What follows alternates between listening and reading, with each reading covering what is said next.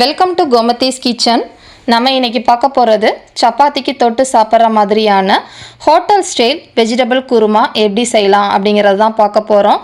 இதில் பார்த்தீங்கன்னா ஒரு 2 சீக்ரெட் இன்க்ரீடியன்ட் சேர்த்துருக்கிறேன். அப்போ உங்களுக்கு ஹோட்டலில் சாப்பிட்ற அதே டேஸ்ட்லேயே இருக்கும். இப்போ இந்த மாதிரியான சாஃப்ட் சப்பாத்தியும் எப்படி செய்யணுங்கிற வீடியோவோட லிங்க் நான் டிஸ்கிரிப்ஷன் பாக்ஸில் கொடுத்துருக்கேன்.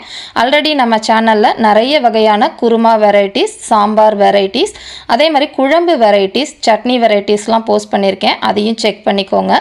இப்போ குருமா எப்படி செய்யலான்னு பார்க்கலாம். கோமதிஸ் கிச்சனை சப்ஸ்கிரைப் பண்ணாதவங்க சப்ஸ்கிரைப் பட்டனை ப்ரெஸ் பண்ணுங்கள். உடனுக்குடனே அப்டேட் பண்ணணும்னா பக்கத்தில் இருக்க பெல் பட்டனை மறக்காமல் ப்ரெஸ் பண்ணிக்கோங்க. குருமா செய்கிறதுக்கு இப்போ பார்த்தீங்கன்னா ஒரு தேங்காய் விழுது அரைக்கணும். அதுக்கு மிக்சி ஜாரில் 1 கப் அளவுக்கு துருவின தேங்காவை சேர்த்துக்கலாம். இதுலேயே ஒரு 5 முந்திரி பருப்பு உடைச்சதும் 1 டீஸ்பூன் அளவுக்கு சோம்பு போட்டு நல்ல நைஸாக இந்த மாதிரி அரைச்சி எடுத்துகிட்டு வந்துக்கலாம். இப்போ குருமா செஞ்சிடலாம். குருமா வைக்கிற பாத்திரத்தில் 1 டேபிள் ஸ்பூன் அளவுக்கு எண்ணெய் சேர்த்துக்கோங்க. எண்ணெய் நல்லா காஞ்சதுக்கு அப்புறமா ஒரே ஒரு பட்டை சேர்த்துக்கலாம். இதுலேயே 2 கிராம்பு சேர்த்துக்கோங்க. கல்பாசி கண்டிப்பாக போட்டோம் அப்படின்னா டேஸ்ட் நல்லாயிருக்கும். கொஞ்சமாக கல்பாசி, ஒரே ஒரு பச்சை ஏலக்காய், இது எல்லாமே நல்லா புரிஞ்சு செவந்து வரணும். அப்போ தான் உங்களுக்கு குருமாவில் கரம் மசாலாவோட ஃப்ளேவர் நல்லா கிடைக்கும். இதுலேயே கொஞ்சம் கருவேப்பிலையும் நம்ம கிள்ளி போட்டு பொரிய விட்டுக்கலாம். இந்த மாதிரி எல்லாமே பொரிஞ்சு செவந்ததுக்கு அப்புறமா 1/2 கப் அளவுக்கு பொடியாக நறுக்கின வெங்காயம், அதே மாதிரி ஒரே ஒரு பச்சை மிளகாவையும் நீளமாக கீறி போட்டு சேர்த்துக்கோங்க. இது கண்ணாடி பதம் வர அளவுக்கு வதக்கினா சரியாக இருக்கும். இந்த அளவுக்கு கண்ணாடி பதம் வந்ததுக்கு அப்புறமா நம்ம இஞ்சி பூண்டு விழுதையும் சேர்த்துக்கலாம். அதாவது 1 டீஸ்பூன் அளவுக்கு இஞ்சி பூண்டு விழுதை சேர்த்துட்டு அதோட பச்சை வாசனை போகிற அளவுக்கு வதக்கிக்கோங்க. இப்போ பார்த்தீங்கன்னா நல்லா பச்சை வாடை போனதுக்கு அப்புறமா நாம் 1/2 கப் அளவுக்கு பொடியாக நறுக்கின தக்காளி, அதாவது ஒரு பெரிய வெங்காயம் எடுத்திங்கன்னா அதே சைஸில் ஒரு பெரிய தக்காளி எடுத்துக்கோங்க. தக்காளி சின்னதாக இருந்துச்சுன்னா 2ஆக சேர்த்துக்கோங்க. இப்போ இது நல்ல தொக்கு கன்சிஸ்டன்சிக்கு நம்ம வதக்கி எடுக்கணும். ஒரு 1/2 டீஸ்பூன் அளவுக்கு உப்பு சேர்த்துக்கிட்டிங்க அப்படின்னா ரொம்ப சீக்கிரமாக வதங்கி வந்துடும்.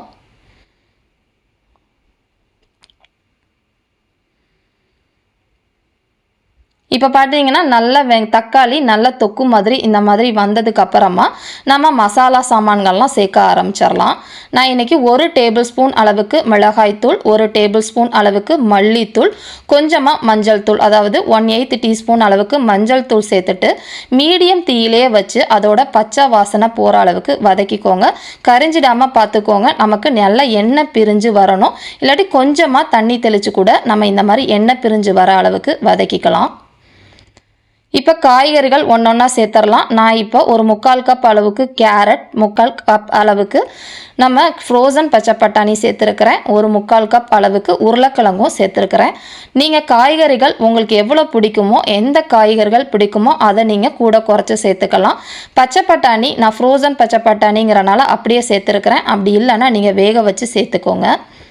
நான் சீக்ரெட் இன்க்ரீடியன்ட் சொன்னேன்னா அது இந்த தயிர் தான். ஒரு 1/4 கப் அளவுக்கு புளிக்காத தயிராக, நல்லா ஃப்ரெஷ்ஷான தயிராக சேர்த்துக்கோங்க. அப்போ இதோட கலக்கிறப்ப திரிஞ்சிடாமல் இந்த மசாலா பார்த்திங்கன்னா நல்லா தொக்கு மாதிரி வரணும். அந்த அளவுக்கு வதக்கினதுக்கு அப்புறமா நம்ம தண்ணி ஊற்றிக்கலாம். காய்கறிகள் இந்த மாதிரி வதங்கினதுக்கு அப்புறமா நம்ம ஒரு 1/2 கப்லேருந்து 2 கப் அளவுக்கு தண்ணி சேர்த்துக்கோங்க. இந்த மாதிரி வதக்கி நீங்கள் தண்ணி சேர்க்குறப்ப நம்மளோட காய்கறிகள் ரொம்ப சீக்கிரமாக வெந்துடும். அப்படி உங்களுக்கு சீக்கிரமாக வேணும் அப்படின்னா நீங்கள் ஒரு விசில் குக்கரில் கூட விட்டு எடுத்துக்கலாம். இது கொஞ்சம் நேரம் மூடி வச்சு வேக விட்டுக்குவோம். இது வெந்துக்கிட்டு இருக்கப்பே இதுக்கு தேவையான அளவு உப்பு, அதாவது 3/4 டேபிள் ஸ்பூன் அளவுக்கு பொடி உப்பு சேர்த்து கலந்துக்கோங்க. இதிலேயே கொஞ்சமாக கரம் மசாலா தூள், அதாவது 1 டேபிள் ஸ்பூன் அளவுக்கு கரம் மசாலா தூள் சேர்த்துருக்கிறேன். அது எப்படி செய்யணுங்கிற வீடியோவோட லிங்க்கு அதையும் நான் டிஸ்கிரிப்ஷன் பாக்ஸில் கொடுத்துருக்கேன். அப்படி இல்லை அப்படின்னா நீங்கள் கடையில் வாங்கினது அல்லது நீங்கள் வச்சுருக்கிற கரம் மசாலா தூள் சேர்த்துக்கோங்க. 1 டேபிள் ஸ்பூன் அளவுக்கு கசூரி மேஸ்தியை நல்லா பவுடர் ஆக்கிட்டு சேர்த்துக்கலாம். அதாவது வெந்தயக்கீரை, காஞ்ச வெந்தயக்கீரையோட பவுடர் அது. இதுதான் 2வது சீக்ரெட் இன்க்ரீடியன்ட். இது 2 சேர்க்குறப்ப உங்களுக்கு ஹோட்டலில் சாப்பிட்ற அதே டேஸ்ட்லேயே உங்களுக்கு குருமா கிடைக்கும். இப்போ பார்த்தீங்கன்னா காய்கறிகள் நல்லா வெந்து இந்த மாதிரி தொக்கு மாதிரி உங்களுக்கு திக்காக வந்துடும். இந்த மாதிரி காய்கறிகள் வெந்ததுக்கு அப்புறமா தான் நம்ம வந்து அரைச்ச தேங்காய் விழுதை சேர்க்கணும். ஏன்னா தேங்காய் விழுது சேர்த்ததுக்கு அப்புறமா நம்ம ரொம்ப நேரம் கொதிக்க வைக்கக்கூடாது. வெந்ததுக்கு அப்புறமா நீங்கள் தேங்காய் விழுது ஊற்றிட்டீங்க அப்படின்னா இந்த அளவுக்கு திக்காக இருக்கும் நம்ம முந்திரி பருப்புலாம் போட்டதுக்கு அதுக்கும். அதனால் மிக்ஸி ஜாரில் ஒரு அரை கப்லேருந்து 1 கப் அளவுக்கு தண்ணி சேர்த்து நல்லா குழந்து விட்டுட்டு ஒரு கொதி மட்டும் வரணும். வந்ததுக்கு அப்புறமா நம்ம கொத்தமல்லி தூவி இறக்கிடலாம். இப்போ பார்த்தீங்கன்னா நமக்கு கொதி வர ஆரம்பிக்குது. இந்த சமயத்திலேயே நம்ம வந்து கொத்தமல்லி கொஞ்சமாக எடுத்து பொடியாக நறுக்கிட்டோ இல்லை இந்த மாதிரி நீங்கள் வந்து பிச்சு போட்டு சேர்த்துக்கலாம். இப்போ பார்த்தீங்கன்னா நல்லா இந்த மாதிரி கொதி வந்தோடனே அடுப்பை ஆஃப் பண்ணிடலாம். நம்மளோட ஹோட்டல் டேஸ்ட்லேயே வெஜிடபிள் குருமா தயாராகிடுச்சு. இதே மாதிரி அளவுகளோட நீங்களும் செஞ்சு பார்த்துட்டு எப்படி இருக்குங்கிறத கமெண்ட் பண்ணுங்கள். வீடியோ பிடிச்சிருந்துச்சுன்னா லைக் பண்ணுங்கள், ஷேர் பண்ணுங்கள். மறக்காமல் சேனலை சப்ஸ்கிரைப் பண்ணி வச்சுக்கோங்க. தேங்க்ஸ் ஃபார் வாட்சிங்.